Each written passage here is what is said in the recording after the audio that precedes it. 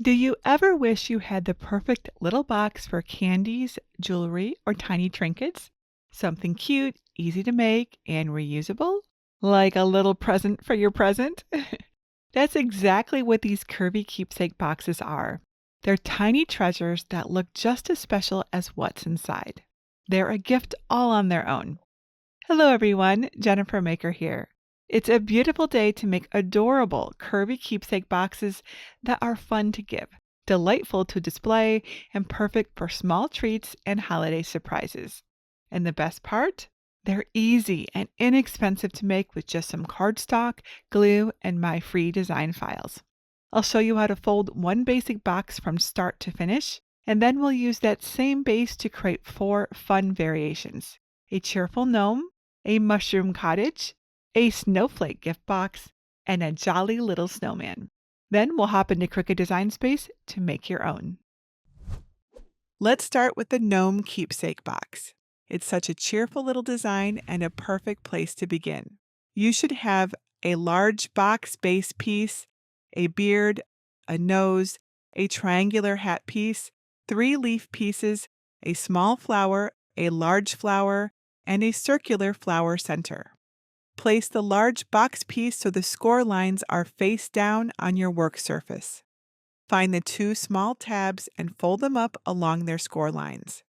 Use a scraper tool for nice sharp folds. Turn the box over, then carefully fold up and crease all 4 panels of the box. This helps you see where the decorations will go. Flip the box so the folds are pointing up. The tabs with long slots should be on the left and right, and the smaller tabs should be at the top and bottom. Now let's give our gnome some personality. Use your craft glue's precision tip to apply glue to the back of the beard piece. Then adhere it to a panel with a smaller tab just under the tab's score line. Be sure it doesn't overlap the score line.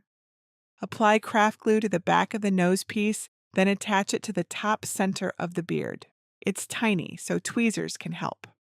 Roll the triangular hat piece into a cone shape, so the edges overlap about 1/4 inch.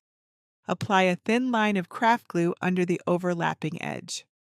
Press and hold the edges in place until the glue sets. Grab the leaf pieces and use your fingers to gently curl them to add dimension. Apply a little craft glue to the front of one of the leaf pieces at the bottom of the stem. Adhere the back of another leaf piece's stem to the front of the first leaf. Spread them apart in a V shape. Then add the third leaf the same way to make a Y shape. Apply a little glue to the back of the largest flower piece, then adhere it to the center of the leaves. Glue the smaller flower to the inside of the large one, staggering the petals so they all show. Then glue the tiny flower center.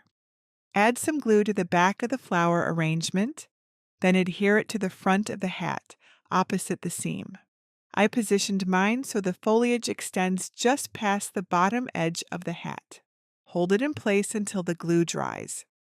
Fold the 2 shorter sides up first so their small round tabs meet at the top. Hold those tabs together with one hand. Then fold up one of the longer sides, the one with a slit, and gently slide the 2 small tabs through that slit. This locks the first side in place. If you're making these to use right away, have your box's contents ready to go. I like to fill mine with candy, or you can use stickers, small gifts, and trinkets. Bring up the other long side and slide it slit over the same small tabs to close the box completely. Place the hat on top of the box so the flowers face to the front. And your cute gnome keepsake box is ready to spread some cheer. For the mushroom house, you'll have a few colorful pieces for the box: mushroom cap roof and spots, a door, windows, flowers, and grass. Don't worry if it looks like a lot. We'll go step by step and it all comes together easily. Fold your box base just like before, then let's turn it into a cozy mushroom cottage. The top panel is the front of the house. On the left and right are the side walls, and the bottom panel is the back of the house. Apply some glue to the back of the solid door piece, then adhere it to the front of the box right in the center, just above the long score line. Then add glue to the back of the smaller door piece with cutouts and layer it on top in the center. The windows go on the same way, in the center of the left and right panels.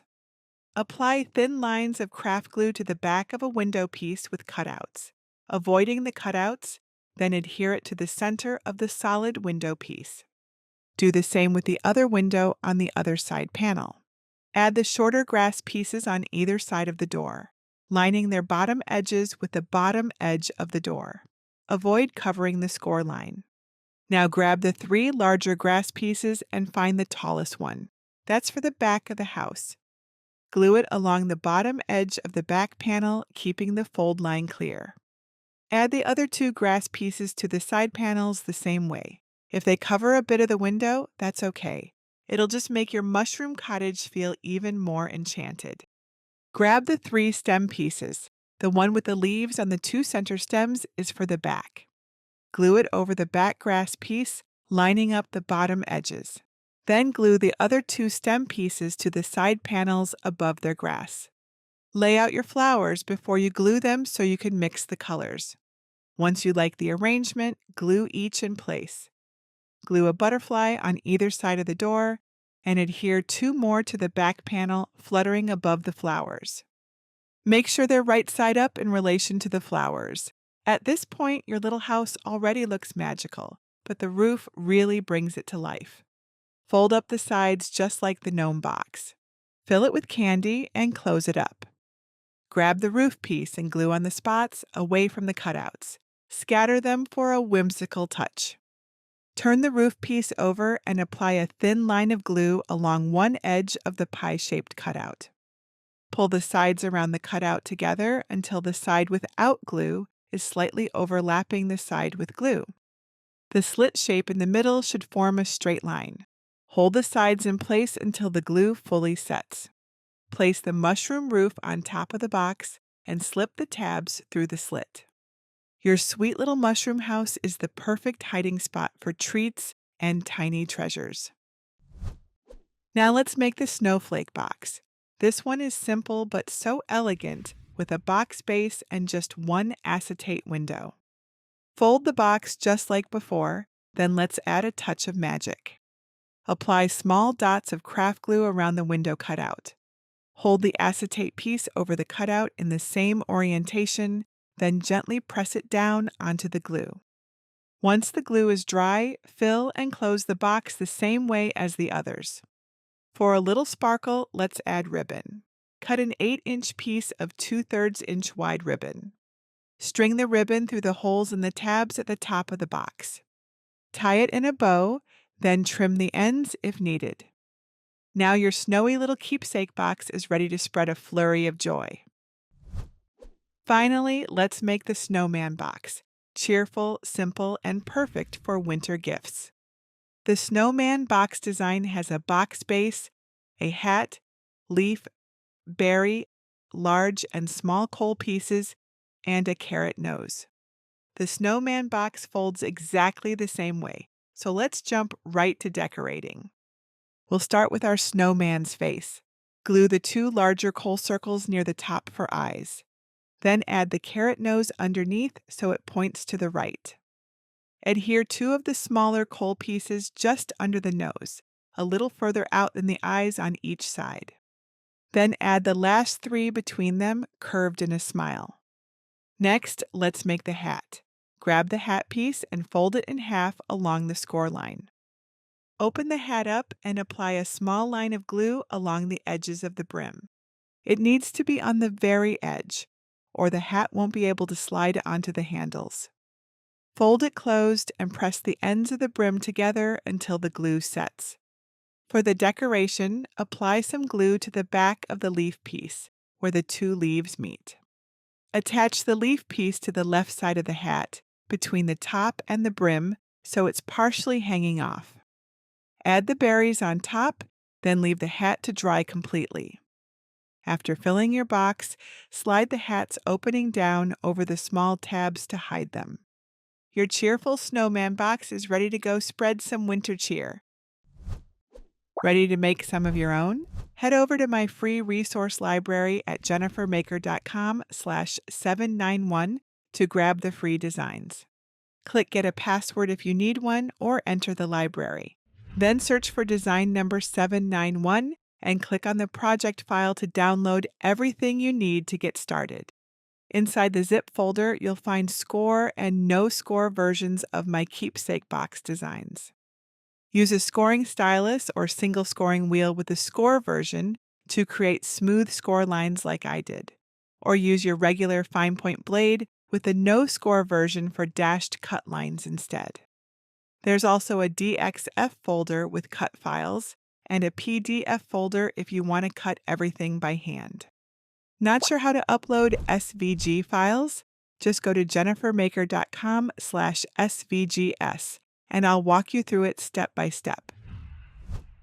I'll show you how to set score lines using the score version of the Snowflake box SVG. But first, if you want to resize the design, leave it grouped and use the corner resize handles to make it larger or slightly smaller. Now, to set the score lines, click the Ungroup icon to ungroup the design. In the Layers panel, find the layer group with an arrow next to it. This is the box base. Click the arrow to expand the group, then select the layer that looks like a square and two lines. You'll know you've got the right one when the color box turns red. Now change the operation to score. Hold your Shift key on your keyboard and in the Layers panel, click to select the score layer and the box base layer. Then click Attach. Repeat these steps with any other boxes you'd like to make. If you're making the Snowman design, the hat has an extra horizontal score line. Ungroup the design, then click the arrow to expand the layer group. Hold your Shift key and select the horizontal score line along with the box piece's score lines. Then change their operation to score. We want to attach them separately though. Hold your Shift key, then select the hat and its score line and click Attach. Then select the box and its score lines and attach them. Make sure the correct machine is selected and click Make. On the Prepare screen, change the material size to match each material you're using. I'm using 12 by 12 cardstock for almost everything, plus 12 by 12 inch acetate for the window on my Snowflake box. Select the first mat again and click Continue. On the Make screen, click Browse All Materials to select the cut setting for each mat. I use the medium cardstock setting with more pressure for all of the paper mats. If you're using a scoring tool, it will automatically be set to the single scoring wheel. If you're using a scoring stylus instead, click Edit Tools and select it. Then click Apply. For the window on the Snowflake box, I use the acetate setting with more pressure. Check that your tools are clean and in the correct clamps. Place your first mat's material face up on a green standard grip machine mat. When cutting the acetate, check for protective film and remove it on one side. Then place that side face up on the mat. If there's film on the other side, leave it on for now.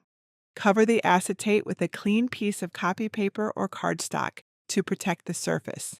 Then press it with a brayer to make sure it's fully adhered to the mat. Load the mat into your Cricut and press the flashing middle button to begin cutting. Before unloading the mat, use a weeding tool to gently lift to check the cut. If it didn't go all the way through, press the middle button to cut the design again in the same spot. When it's done, unload the mat, flip it over, and roll it back to release the material. After removing the acetate from the mat, peel off the protective film from the back of the cut piece. And here they are, 4 curvy keepsake boxes that are as fun to make as they are to give. Aren't they just the sweetest little holders for treats and trinkets? I'd love to know, which one would you make first? Let me know in the comments. And then also tell me what you would put inside of it. And if you'd love to take your skills even further, my advanced membership is the perfect next step. I can show you how to design and cut your very own keepsake box with custom cutouts like hearts for Valentine's Day or stars for birthdays. There are so many possibilities.